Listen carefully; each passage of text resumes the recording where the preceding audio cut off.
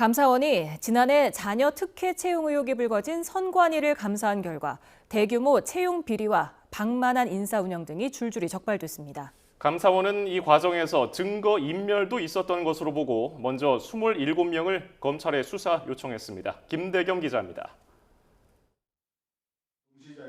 지난해 국회 행안위 전체 회의 과정에서 대대적으로 불거진 선관위 자녀 특혜 채용 의혹. 지자체 공무원인 자녀를 선관위에 근무하게 하려고 경력 채용 절차를 비공개로 진행하거나 면접 점수를 조작하는 등 채용 비리를 저질렀다는 겁니다. 채용 공고도 없고 서류부터 면접까지 선관위 내부 직원으로만 심사를 했고 그것도 100% 취업입니다. 1대1이니까. 이거 아빠 찬스 아닙니까? 했습니까? 아빠 찬스를 줬다 하면은 제가 법적인 책임을 져야 된다고 하면은 당연히 부당 책임을 져야죠. 장차관급 사무총장과 차장부터 시작해 4, 5급 일선 공무원까지 전방위적으로 특혜 채용에 연루된 정황이 확인되면서 노태학 선관위원장이 직접 고개를 숙여야 했습니다.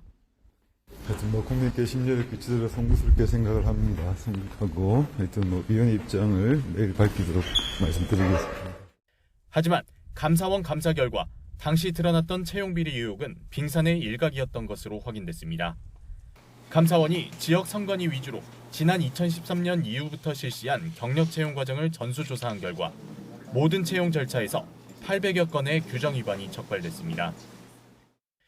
경력 채용 수요 조사에서 정원 초과가 확인됐음에도 장관급 공무원 자녀를 채용하거나 순위를 미리 정해놓은 뒤 면접을 진행하는 등 비리 형태도 다양했습니다.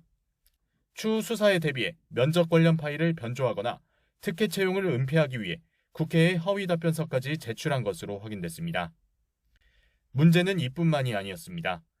한 선관위 간부의 경우 자신의 휴가를 셀프 결제하면서 같은 진단서를 반복 사용하거나 허위로 병가를 내는 방식으로 170일가량을 무단으로 해외여행한 것으로 드러났습니다. 1급인 상임위원 자리를 법정 임기 6년보다 짧게 운영하면서 승진 적체 해소 수단으로 활용하고 고위직인 3급 인원을 필요 인원보다 40% 많게 승진시키는 등 인사 운영 역시 방만했습니다. 그런데도 정원감사를 단 한 번도 하지 않고 인사감사 역시 미흡했다고 감사원은 밝혔습니다. 감사원은 신속한 수사가 필요하다고 판단해 27명을 검찰에 수사 요청했고 남은 절차를 마무리하는 대로 최종 감사 결과를 확정하고 조치할 계획이라고 밝혔습니다.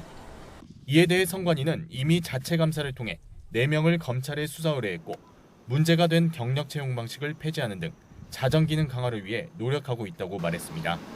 YTN 김대겸입니다.